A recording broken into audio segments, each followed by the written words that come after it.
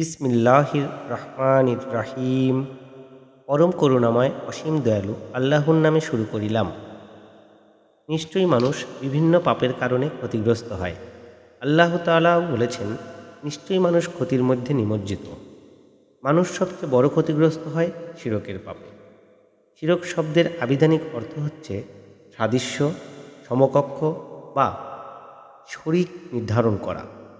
শরিয়াতের পরিভাষায় শিরক হচ্ছে মানুষ কোনো ব্যক্তিকে আল্লাহর সমকক্ষ মনে করে তার নিকট প্রার্থনা করা, কোনো কিছুর আশা করা, তাকে ভয় করা, তার উপর ভরসা করা, তার নিকট সুপারিশ চাওয়া, বিপদ থেকে উদ্ধারের জন্য প্রার্থনা কিংবা সাহায্য চাওয়া, যার সমাধান আল্লাহ ছাড়া কেউ দিতে পারে না।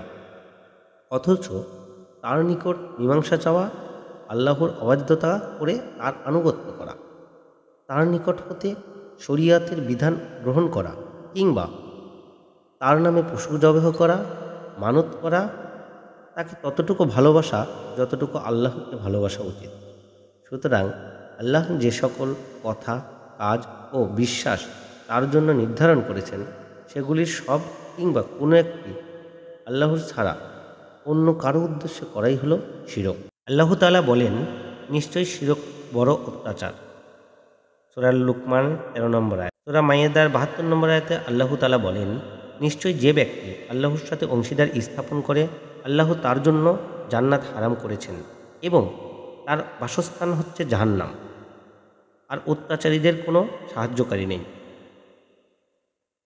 সূরা আনআমের 88 নম্বর আয়াতে আল্লাহ তাআলা বলেন, তারা শিরক করে তাহলে তাদের আমলসমূহ নষ্ট হয়ে যাবে।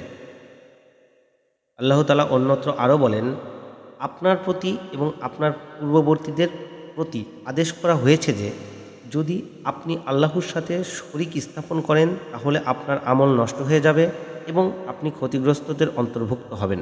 সূরা জুমার 65 নম্বর আয়াত।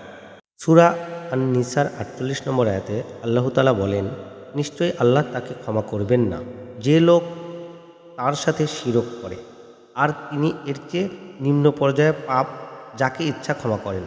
সুতরাং আমরা সকলেই শিরকের মতো মহাপাপ থেকে নিজেদেরকে রক্ষা করব ইনশাল্লাহ।